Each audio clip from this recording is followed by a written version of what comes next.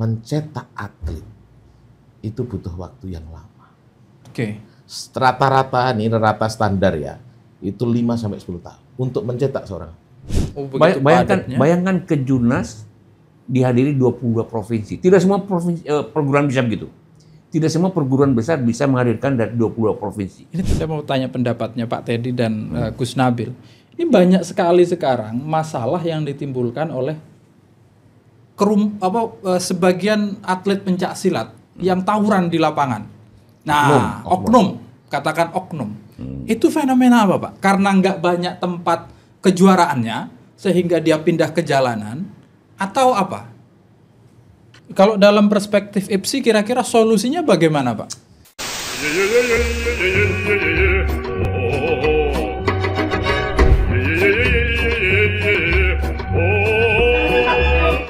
Assalamualaikum warahmatullahi wabarakatuh. Jumpa lagi dalam acara Peci dan Kopi. Kali ini kita akan membahas mengenai silat-silatan, Bos. Wah, kita akan membahas soal kejuaraan nasional Pagar Nusa yang kelima yang akan diselenggarakan beberapa waktu lagi, kira-kira di bulan-bulan November lah. Di studio sudah hadir pimpinan Pusat Pagar Nusa, Gus Nabil Harun. Assalamualaikum, Gus. Waalaikumsalam warahmatullahi wabarakatuh. Nah, ditemani ini yang spesial, ditemani oleh Sekjen Ikatan Pencak Silat Indonesia, Dr. Haji Teddy. Assalamualaikum, Pak. Waalaikumsalam, Pak. Terima kasih sudah hadir di studio. Sama-sama kembali. Terima kasih atas undangannya. Ini menarik sekali nih. Baru sekarang ada Sekjen IPSI di sini. Ada pimpinan IPSI lebih tepatnya. Belum pernah soalnya. Iya. Wah, terima kasih, Pak. Nah, kita akan mulai membincang mengenai hajatnya Pagar Nusa, hajatnya para pendekar. Wah, pendekar di bawah NU ini. Kabarnya mau ada Kejurnas yang kelima, ya Gus ya? Ya. Sekitar bulan November. Betul. Nah, ini kayaknya agak cepat ini, ada Kejurnas ini. Ini berapa tahun sekali sih, Gus? Kejurnas itu dulu diselenggarakan tiap 5 tahun sekali. Oke. Namun karena jumlah pendekar Pagar Nusa yang semakin bertambah banyak, maka waktu 5 tahun sekali itu dirasa kurang cukup, sehingga kita Kelamaan. terlalu lama, sehingga kita harus perpendek per 2 tahun sekali. Oke. Di tahun ganjil itu dilakukan seleksi di tingkat kabupaten, provinsi. Nah, di tahun genap itu dilaksanakan kejuaraan tingkat nasional. Jadi Kejurnas yang tahun ini itu hasil seleksi tahun kemarin. Oh, berarti 2023 itu seleksinya. Ya. 2024 itu Kejurnasnya. Ya, betul. Oke. Nah, ini nanti ada berapa provinsi yang ikut, Gus? Ada 22 provinsi dan 6 PCI. 20. Banyak sekali ya. 28 kontingen nanti. 28 kontingen. Ya. Dan seperti tahun sebelumnya akan di Taman Mini itu. Di Padepokan Pencak Silat Taman Mini. Di Padepokan Pencak Silat jangan sebut Taman Mini. Mini saja. Oh Jelas, iya. Padepokan Pencak Silat. Ada yang spesifik soalnya. Nah, ini sebanyak orang itu, terus memang trennya di NU sendiri jumlah orang yang ikut Pagar Nusa makin banyak, Gus ya. Ya, jadi karena Pagar Nusa ini, ya pencak silat ini tidak hanya sekedar olah fisik, tapi juga olah spiritual, olah rasa. Dan ini bisa membentuk kepribadian, membentuk mental seseorang menjadi jauh lebih baik, maka semakin diminati. Apalagi kejuaraan-kejuaraan ini terus kita selenggarakan. Artinya kejuaraan ini kan salah satu alat ukur. Ini sudah sehebat apa, gitu kan? Kan ada medali emas, medali perak, medali perunggu. Ya. Nah, itu kan alat ukur juga. Ketika ada alat ukurnya, maka juga pendekar-pendekar ini, insan-insan pencak silat ini semangat. Itu satu. Yang kemudian yang kedua, profesionalitas penyelenggaraan kejuaraan itu sendiri. Oh iya, itu dipertaruhkan juga itu, Gus ya. Karena transparansi menjadi sangat penting. Di kejuaraan kita yang terakhir, kita siarkan secara live. Oke. Kemudian ada VAR-nya juga. Oh iya, Gus. Ada. Artinya potensi kecurangan sudah hampir sekarang nggak ada lah. Nggak usah VAR lah. Intinya sekarang live saja. Ya. Itu wasit juri nggak berani Macam-macam, main-main ya. karena semua orang melihat. Ya. Apalagi kalau ini melibatkan IPSI. Betul. Nah, ini ngomong-ngomong kalau IPSI itu sudah terlibat berarti wasit dan juri itu dari IPSI ya, Pak ya? Betul. Oke. Berarti dalam Kejurnas ini IPSI nanti dia akan menjadi apa di dalam Kejurnas ini, Pak? Pertama begini, seluruh kejuaraan yang ada di Indonesia itu mesti mendapatkan rekomendasi dari IPSI dulu. Misalkan kalau Munas ya tentu dari PB IPSI. Kalau Kejurprov Paganusa itu mesti mendapatkan rekomendasi dari Pengprov IPSI. IPSI provinsi. Ya. Kenapa? Karena aparat tidak akan memberikan izin atau rekomendasi kalau tidak ada induk organisasi namanya. Itu yang pertama. Yang keduanya tentu bantuan daripada wasit juri. Karena ini kan maksudnya kan pertandingan prestasi ya. Itu menggunakan peraturan IPSI yang juga digunakan oleh seluruh dunia. Jadi peraturan IPSI sama aja dengan peraturan di seluruh dunia. Nah, itu yang membuat regulasi kan PB IPSI. Jadi mau tidak mau, pertama kalau Paganusa sudah memiliki wasit juri yang mendapatkan sertifikat IPSI, dari IPSI, silakan. Pakai in-house. In-house wasit juri. Tapi kalau tidak, kita akan bantu. Dan biasanya semua kejuaraan itu meminta kepada PBC untuk minta sekian wasit juri. Berarti nanti tujuannya agar terstandarisasi. Tentu. Tanpa itu chaos. Oh iya, betul ya. Chaos. Kan tidak tahu peraturannya. Tapi dengan standar itu akan lebih sebagaimana mestinya. Profesional lah. Iya. Dan juga saya dengar kalau tidak melibatkan IPSI, apa hadiah atau sertifikatnya tidak bisa digunakan lebih jauh. Betul, kan begini. Tidak ada pertandingan yang tidak mencetak selain medali adalah sertifikat. Nah, kalau di sertifikat tidak ada stempel IPSI, mana orang mau, gitu kan? Apalagi ada yang namanya Japres, jalur prestasi. Sekolah. Iya. Bahkan Kemendikbud nih tidak akan mau tanda tangan itu kalau tidak ada tanda tangan dari IPSI juga. Stempel juga. Jadi memang mau tidak mau, kan itu induk organisasi. Nggak akan laku sertifikatnya. Dan orang tua pun tidak akan mau mengirimkan anaknya untuk bertanding di kompetisi yang tidak ada endorse dari IPSI. Gitu. Seketat itu Gus ya? Seketat itu.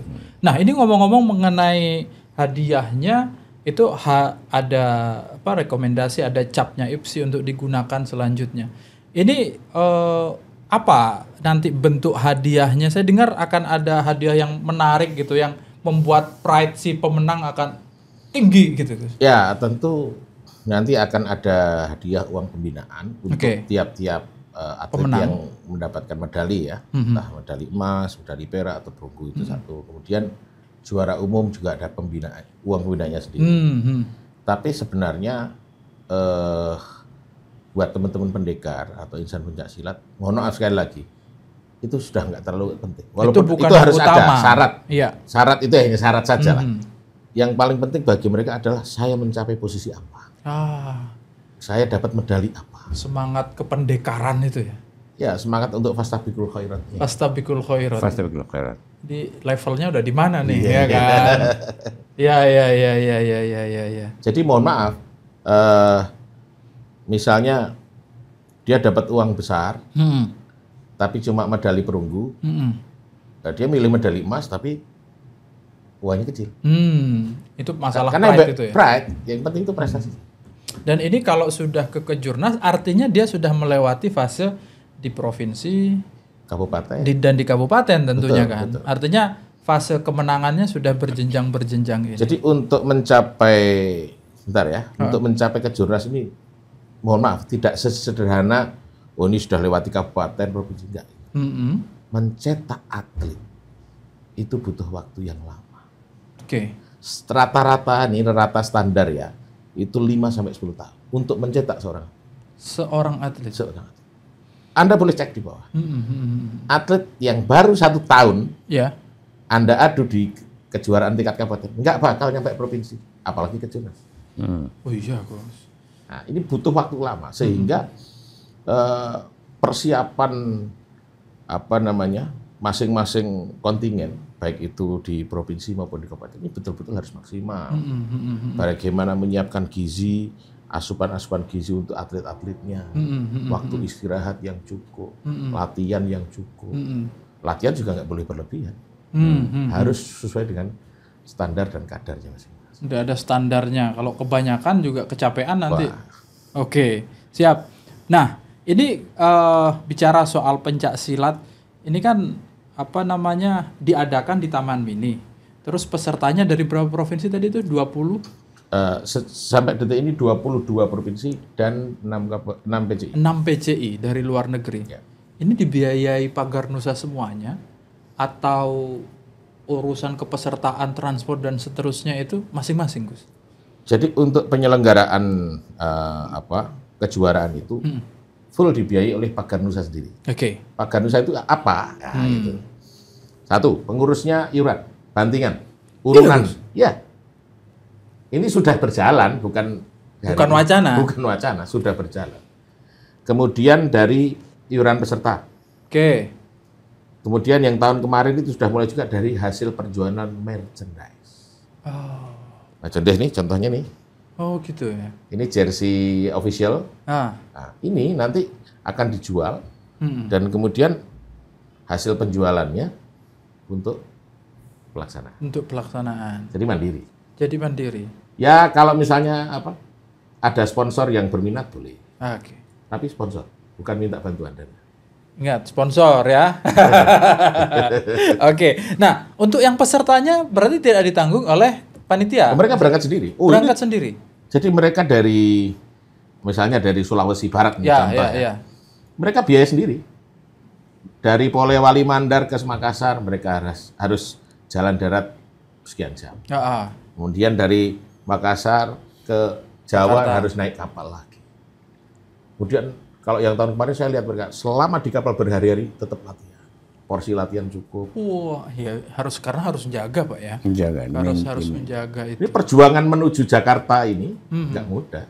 Oke. Itu baru yang Sulawesi Barat, belum yang lain. Papua. Apalagi ada yang PCI itu tadi. Iya. Biaya sendiri semua. Saya kemarin ke Hong Kong, Gus. Di sana Pagar Nusanya perempuan itu ikut, Gus. Ikut juga. Pagar Nusanya perempuan semua, Pak. Ya, kalau misalnya perempuan semua, berarti dia tidak punya atlet laki-laki. Ya. Dia hanya memilih atlet. Hanya memilih yang perempuan kategorinya. Ya. Oke. Nah, ini semakin kesini kan semakin banyak. Ini memang kalau secara umum Pak Teddy melihatnya atlet Pagar Nusa yang semakin banyak itu apa, Pak? Ininya, Pak. Artinya, Pak. Minatnya anak muda makin kesini makin tinggi terhadap pencak silat atau bagaimana, Pak? Ya tentu ini merupakan suatu indikator ya. Pertama adalah keberhasilan Gus Nabil. Wah, ini harus karena begini, selama ini bukan kesan, bahkan saya pikir testimoni Gus Nabil juga bahwa awalnya Pagar Nusa itu arahnya tidak untuk prestasi. Tapi pencaksilat tradisi. Nah sekarang mulai beralih. Mulai prestasi. Antaranya buktinya dari yang tadinya ke Jurnas yang diadakan 5 tahun sekali, sekarang 2 tahun sekali. Artinya 2,5 kali lipat kan? Iya. Tapi ini bagus. Karena SEA Games itu 2 tahun sekali. 2 tahun sekali. Yang Asia Tenggara itu. Jadi banyak event-event yang 2 tahun sekali. Jadi pas sekali.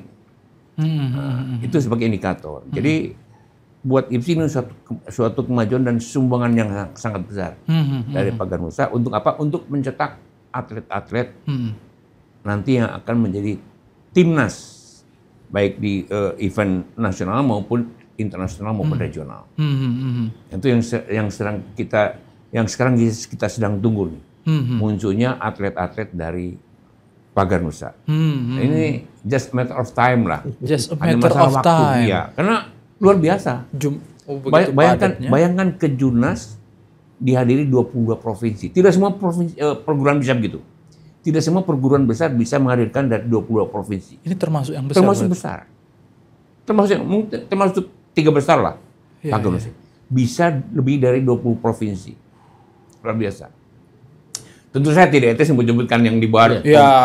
Tapi 20 itu lebih besar sekali tuh. Luar biasa nanti.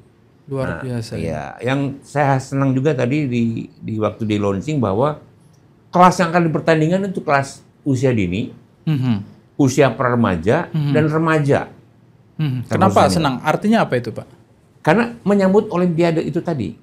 Oh, Itu, nanti akan 2036. ada Olimpiade di Indonesia tahun 2036, 12 tahun lagi. 12 tahun lagi. Kan mereka yang sekarang usia dini. Iya. Umur produktif dan menjadi atlet pencaksilat pada tahun 2036. Jadi disiapkannya dari sekarang ini, Gus? Iya. Kenapa Olimpiade itu menjadi cita-cita buat Indonesia? Jadi ceritanya begini. Pada tahun 2018, kan Indonesia jadi tuan rumah Asian Games. Betul. Pencaksilat masuk. Karena pencaksilat masuk menjadi penyumbang emas terbanyak untuk Indonesia di ajang regional itu. Oh, 2018 itu pencaksilat terbanyak, Gus? Menyumbangkan 14 emas. Nah, dengan analogi yang sama, kalau pencaksilat bisa dipertandingkan di Olimpiade, kan kira-kira dapat emasnya banyak juga. Nah sekarang untuk dapat 2 emas saja kan setengah mati. Udah senang banget kita ini. Setengah mati. Sudah setengah mati, ya kan? Baru dapat dari panjat tebing dan angkat besi. Itu setengah hidup kan? Iya, setengah hidup. Bayangkan nanti kalau dipertandingkan akan berapa tambahan emas untuk Indonesia. Melonjak nanti peringkat Indonesia.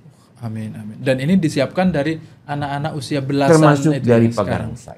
Di Pagarnusa. Usia dini. Seperti yang tadi saya bilang bahwa setidaknya 5-10 tahun untuk menyiapkan seorang atlet. Ini 12 tahun. 12 tahun. Kita siapkan untuk 12 tahun. Iya. Jadi kita nggak bisa misalnya mempersiapkan sekarang panennya hari ini nggak bisa. Iya. Ini investasi masa depan. Oke. Mungkin ketika saya sudah tidak ketua umum lagi, sudah tidak ketua Pagarnusa lagi, ketua PBNU lah ya. Amin. Itu mungkin baru terlihat, karena seperti menanam pohon, bukan seperti beli kue di pasar yang langsung jadi. Butuh waktu lama, memupuk. Nah, ini adalah satu dari 2 event yang akan diselenggarakan waktu dekat. Saya dengar salah satunya itu, karena ini Pak, salah satunya ada Pagarnusa Championship yang berbeda lagi dengan Kejurnas ini. Ini benar ya? Betul. Bukan rumor ini? Betul. Nah, apa bedanya itu, Gus? Jadi kalau kejuaraan nasional itu kan sifatnya atlet tadi ya. Atlet yang sudah terseleksi dari berbagai tingkatan itu ya, kabupaten, provinsi. Kalau yang Pagarnusa Championship ini adalah kejuaraan untuk memasyarakatkan pencaksilat. Artinya kan tidak semua tidak semua bisa terwadai Kejurnas. Ya, karena kan dipilih kan, disaring gitu ya. Itu nanti mereka masuk di Championship. Jadi Pagarnusa Championship ini adalah kejuaraan untuk memasyarakatkan pencaksilat untuk mengenalkan pencaksilat ke publik secara lebih masif lagi. Karena kalau kejuaraan nasional itu kan tadi sudah tahu kan seleksinya segala macam. Kalau ini relatif satu tingkat di bawahnya. Oke. Tapi ini bukan untuk seleksi kejuaraan, bukan. Tapi ini untuk memasyarakatkan. Iya, untuk masyarakat. Jadi prakejurnas lah. Prakejurnas. Event pendamping lah. Iya. Oke. Jadi misalnya gini, di Jawa Timur, kemudian di Jawa Barat, Jawa Tengah, ini kita siapkan event-event pendamping Pagarnusa Championship ini untuk juga mengenalkan Kejurnas supaya hype Kejurnas ini lebih bagus lagi. Oke. Dan kami sudah mendapatkan rekomendasi dari PBIC. Sudah dapat rekomendasi juga. Kalau yang dilihat oleh PBIC tentang Pagarnusa Championship yang katakan tadi bahasnya satu tingkat di bawahnya, ini apa artinya, Pak? Jadi begini, itu namanya pemasaran. Masal ya. Jadi memang ada satu jenis pertandingan selain Kejurkap, Kejurprof, Kejurnas, ada yang namanya pemasalan. Pemasalan itu penyelenggaraan kejuaraan seperti yang disampaikan tadi. Jadi peraturannya, bagannya tidak serumit daripada Kejurnas. Jadi mungkin hanya sekali bertanding sudah bisa diputuskan. Ini dapat emas, ini dapat perak. Kemudian mencetak sertifikat. Nah, itu menemukan minat daripada masyarakat, terutama anak-anak. Dan itulah yang dibuat menjadi Japres sebetulnya. Japres itu bukan dari kejurka, bukan, tapi dari pemasaran itu. Namanya pemasaran. Makanya seperti kemarin Indonesia Open. Jadi PBSI mengadakan Indonesia Open Championship. Itu 2.600 yang ikut di PBSI kemarin. Indonesia Open ya. Open itu bisa diikuti tidak hanya oleh perguruan, tapi juga tidak hanya oleh Pemprov, juga oleh perguruan, oleh sekolah-sekolah, oleh kampus-kampus. Jadi open ya? Open, siapa aja bisa ikut. Itu lebih mudah itunya. Tidak harus seperti kejurnas. Tidak seketat itu. Tidak ketat, tapi mendapatkan sertifikat yang dapat tanda tangan dari Kementerian Pendidikan, mendapatkan dari Kemenpora dan PBFC. Artinya bisa dimanfaatkan untuk Japres. Yang tadi. Iya, Japres. Namanya pemasaran. Jadi zaman itulah pemasaran. Jadi membuat bagaimana peminat daripada pencari semakin massal semakin banyak. Jadi kan gini Pak, tadi seperti disampaikan Pak Teddy. Kalau kejuaraan provinsi, kan dia harus diwakili oleh cabang nih, kabupaten. Ya kan? Kalau kejuaraan nasional dia harus diwakili provinsi. Itu ada sangat terbatas. Jadi pagar championship itu semi open tadi. Yang open. Jadi boleh mandiri, boleh dari perguruan, boleh dari sekolah, boleh dari kampus, terbuka. Cuma kan ada pembedanya, ada kelasnya, ada kategorinya tetap kan. Dan bagannya tidak seketat di kejurnas. Nah, tantangannya memang berbeda. Beda-beda. Ini menarik sekali ini. Kita berharap kegiatan kejurnas lalu Pagar Nusa Championship bisa berjalan maksimal, melahirkan atlet-atlet, karena tadi dari olahraga tradisi berpindah ke bukan berpindah, mohon maaf. Meningkat. Seimbang. Ya, tidak mungkin ya. Jadi seimbang. Kita tidak, jadi gini, pencak silat itu dibagi dua. Kalau menurut saya, ada pencak silat tradisi, ada pencak silat prestasi. Nah, tradisi dan prestasi ini kita harus seimbang. Seperti tadi kata Gus Ulil, kalau hanya tradisi, nggak ada prestasi, nggak dilombakan. Betul. Orang juga minatnya. Kata Ketua PBNU tadi, Gus Ulil Abdallah. Belum, betul sekali. Kalau tidak dilombakan minatnya. Saya terkesima juga tuh. Ketua PBNU bisa memberikan kesimpulan demikian. Tradisi tidak akan berkembang, prestasi berkembang. Karena kalau tradisi sulit dipertandingkan, kan tidak ada peraturannya. Sangat subjektif. Wasit itu melihatnya. Tapi kalau prestasi ada aturannya, pukulan 1 poin, tendangan 2 poin, jatuhan 3 poin. Iya. Padahal Gus Ulil juga bukan pendekar. Tapi karena beliau kan saya mau punya pertanyaan menarik. Ini yang di luar konteks ini, tapi ini penting sekali untuk masyarakat untuk pengen tahu. Ini fenomena, Pak. Saya mau tanya pendapatnya Pak Teddy dan Gus Nabil. Ini banyak sekali sekarang masalah yang ditimbulkan oleh sebagian atlet pencak silat yang tawuran di lapangan. Nah, oknum. Katakan oknum. Itu fenomena apa, Pak? Karena nggak banyak tempat kejuaraannya, sehingga dia pindah ke jalanan, atau apa? Mungkin juga mereka punya energi yang luar biasa, tapi tidak terwadahi dalam pertandingan. Bisa jadi itu. Karena kan itu kan perlu kanalisasi. Iya, kan anak muda itu perlu kanalisasi. Ya, ini juga masukan juga. Barangkali dengan banyak kompetisi bisa tersalurkan. Tapi yang kami lihat adalah lebih ke ego perguruan. Itu yang susah dihilangkan ya. Jadi merasa saya jadi anggota perguruan ini lebih jago daripada yang lain. Itu yang susah. Kalau dalam perspektif IPSI kira-kira solusinya bagaimana, Pak? Biar tidak makin berkembang ke belakang hal-hal negatif dari. Sebetulnya ini kan kembali ke visi dan misi perguruan. Jadi ada beberapa perguruan yang kami lihat. Kalau perguruan seperti ini, nggak mungkin lah gitu kan. Nggak mungkin, dan memang tidak pernah terjadi. Beberapa perguruan tidak pernah bentrokan. Tapi yang satu ini, atau dua ini, ada tiga ini, kok demikian, kan itu tadi. Nah ini mungkin, ya tentu semua kembalikan ke ini ya, ke pimpinan pusatnya ya. Bagaimana kemudian mendeliver daripada bahwa pencaksilatnya adalah selain olahraga juga olah rasa. olah jiwa, juga, melatih kesabaran. Ini kan nyatanya tidak demikian. Seperti kemarin terjadi pengeroyokan ke polisi ya, oleh satu perguruan. Ini kan sangat disayangkan ya Pak. Disayangkan. Kenapa mesti mengurat polisi misalkan? Kan nggak ada manfaatnya. Ini mungkin ya saya pikir kembali ke sesepuh perguruan masing-masing ya, guru besarnya bagaimana untuk menanamkan masalah akhlakul karimah lah kepada perguruan kepada anggotanya. Oke. Dan sampai sekarang masih banyak kasus. Ya, masih berkembang kasus dan perguruan pecah. Jadi begini, jangankan atletnya, pesilatnya, perguruan juga bisa pecah. Di tingkat kepengurusan tertinggi pun bisa tidak rukun, tidak kompak, tidak guyup.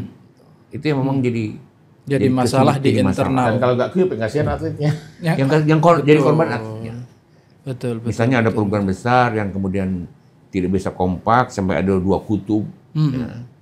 Akhirnya ya atletnya tidak terdistribusi dengan benar, tidak ada kompetisi yang baik. Betul. Sehingga dibawa kontraproduktif gitu Gus ya. Betul. Jadi di lapangan pun saya nih dari mazhab ini, saya dari perguruan yang sama padahal. Ini memang sampai sekarang belum terpecahkan sampai ke pengadilan, sampai jadi urusan hukum, tidak selesai sampai sekarang. Siap. Gus Nabil mau komentar tentang itu juga? Kalau saya gini ya, saya melihat itu oknum. Ya, itu oknum. Dan kenapa oknum-oknum itu bisa seperti itu? Kalau menurut saya yang harus ditekan adalah pelatih. Ini yang kami lakukan di Pagarnusa. Ya. Di Pagarnusa juga ada oknum-oknum, kami akui. Nah, makanya yang kita kontrol ini pelatih. Pelatih. Apa yang ditanamkan pelatih kepada santri-santri atau siswa-siswa ini? Karena mohon maaf, rata-rata di bawah ini yang masih emosi nanti yang baru-baru. Ya. Kalau sudah jadi pendekar, sudah jadi anggota, sudah bisa kontrol, sudah terkontrol. Nah, yang baru-baru ini, yang baru belajar ini kan, sok-sokan ini, mohon maaf. Iya. Itu yang satu. Jadi menurut saya pelatihnya juga harus dikontrol. Ini kira-kira doktrin apa yang ditanamkan itu? Iya. Jangan-jangan nanti doktrinnya salah. Kamu kalau ketemu orang yang model begini, sikata. Bahaya juga itu. Betul. Iya. Yang kedua, aparat penegak hukum. Oke. Menurut saya, apapun perguruannya, dari manapun, kalau ada begitu, jangan dilapan. Jangan ada damai. Teruskan aja. Untuk ada efek jerah. Efek jerah, betul. Kalau ntar damai ya nggak jadi jerah, Pak. Damai itu kan urusannya nanti dengan berapa yang dibayarkan, ganti rugi kan. Ganti rugi. Urusannya duit. Tapi alhamdulillah di Pagarnusa relatif aman ya Gus ya, terkontrol hal-hal begitu tadi karena kalau ada potensi, ini pelatihnya apa ini? Ya jadi gini, misalnya ada sesuatu kejadian ya, Pagarnusa, oknum Pagarnusa bentrok di daerah A misalnya. Langsung kita cek, itu pelatihnya siapa? Penyebabnya. Nah, kemudian nanti PC-nya, pimpinan cabangnya kita suruh mengevaluasi itu pelatih. Oke. Itu kalau di Pagarnusa, saya tidak tahu kalau di tempat lain. Saya kira ditindak cepat. Karena begini, memang semakin besar jumlah anggota, itu potensi masalah juga semakin besar. Iya. Kalau anggotanya cuma 10 ya kecil masalahnya. Ya, gampang lah ngomongin 10. Kalau ngomongin 10 juta kan susah. Betul. Jadi memang setiap perkembangan itu juga ada tantangan. Iya. Nah, hal ini seperti Kejurnas dan Pagarnusa Championship ini dalam rangka menyalurkan itu ya Gus ya. Iya. Semangat anak muda biar gak salah letupan. Ya, makanya kami tradisi tetap kami jaga, prestasi juga kami kembangkan. Untuk apa? Supaya ini bisa menjadi kanal gitu. Iya. Orang ini ibaratnya ini latihan terus nih kan tandingnya kan gitu. Ini ada yang menarik di Jogja Gus. Beberapa waktu lalu tahu anak muda yang suka kelitih itu yang suka membacok orang di jalan. Itu akhirnya ada sekelompok anak muda yang membuatkan platform ring sekalian. Jadi diundang suruh tarung di situ sekalian itu. Nah ternyata katanya bisa mengurangi kanalisasi namanya. Kanalisasi. Itu. Seperti kalau di Pagarnusa itu ada tradisi namanya pencak dor. Yang pencak dor itu. Itu tradisi Gus. Tradisi itu. Jadi misalnya kita lagi ada masalah nih. Saya sama Om Rojali. Naik sekali. Yuk nanti ketemu di pencak dor ya. Gitu. Itu nggak ada IPSI-nya ya? Nggak ada isi kalau itu. Tapi tetap ada wasitnya. Tetap ada wasitnya, ya. Tapi nggak ada aturannya kan? Tapi bebas. Itu pertarungan bebas. Itu yang panggungnya di atas, terus ringnya dari bambu. Itu jotos itu mental bener, Pak. Mukul kepala boleh kan? Boleh, itu kayaknya boleh. Itu orang naik ke situ, itu butuh mental. Aduh, saya ngelihatnya aja. Orang juara 1 kejuaraan belum tentu punya mental lagi. Belum tentu. Karena beda aturannya. Ini beda. tradisi. Ya, ini tradisi itu ya. Oke. Yang sekarang dikembangkan itu yang prestasi. Tapi kadang juga ada yang di pencak dor itu modalnya mental dor juga ada. Yang dia tekniknya senggol udah jatuh. Oke. Ini kamar yang berbeda lah. Kamar yang berbeda. Ini harus seimbang dua-duanya. Oke. Antara tradisi sama prestasi itu tadi ya Gus ya. Oke, terima kasih Gus Nabil, pimpinan Pusat Pagar Nusa, dan Pak Teddy, terima kasih atas kehadirannya. Menarik sekali obrolan kita. Saya kira sudah memberikan gambaran apa dan bagaimana perencanaan dan keseluruhan kegiatan Kejurnas nanti, serta prosesnya dan seterusnya. Dan ini adalah salah satu mekanisme kita berbangsa untuk mencetak atlet-atlet yang akan membawa nama negara kita di kancah yang lebih luas. Bahkan sampai Olimpiade ya Pak ya. Oke. Baik, semoga acaranya lancar semuanya nih Pak ya. Amin. Dan IPSI siap membackup ini Pak ya? Siap membackup. Sudah dari launchingnya di backup sampai akhir. Oke. Matur nuwun Gus. Pak Teddy terima kasih. Teman-teman, demikian obrolan kita mengenai Kejurnas Pagar Nusa dan obrolannya bersama Sekjen PB IPSI. Nah, itu gambaran semuanya. Bagi Anda yang merasa mentalnya mental petarung, wah, anggota NU, Pagar Nusa alamatnya ya kan. Ikut tradisinya, raih prestasinya. Wallahul muwaffiq ila aqwamit thoriq. Wassalamualaikum warahmatullahi wabarakatuh.